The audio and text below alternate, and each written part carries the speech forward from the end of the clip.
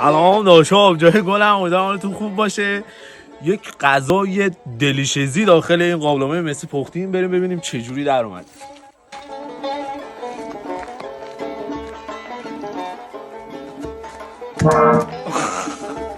10 بار گفتم، 1000 بار گفتم، نگران این رنگ قابلمه مسی نباشید. حرارت رنگ قابلمه مسی رو تغییر میده و بهتون در پست‌های قبلی گفتم که چجوری این رنگو به رنگ اول تبدیل کنید. بیا جلو ببین چی درست کردم.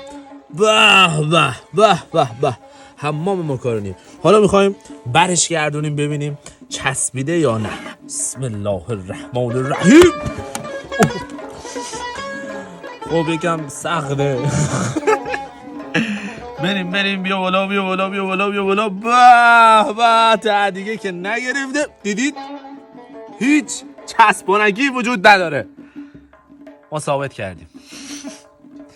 به یکم بکنیم ببینیم. آقای مجاهدی این چه تعدیگیه؟ آقا روغن بیشتر میریختی.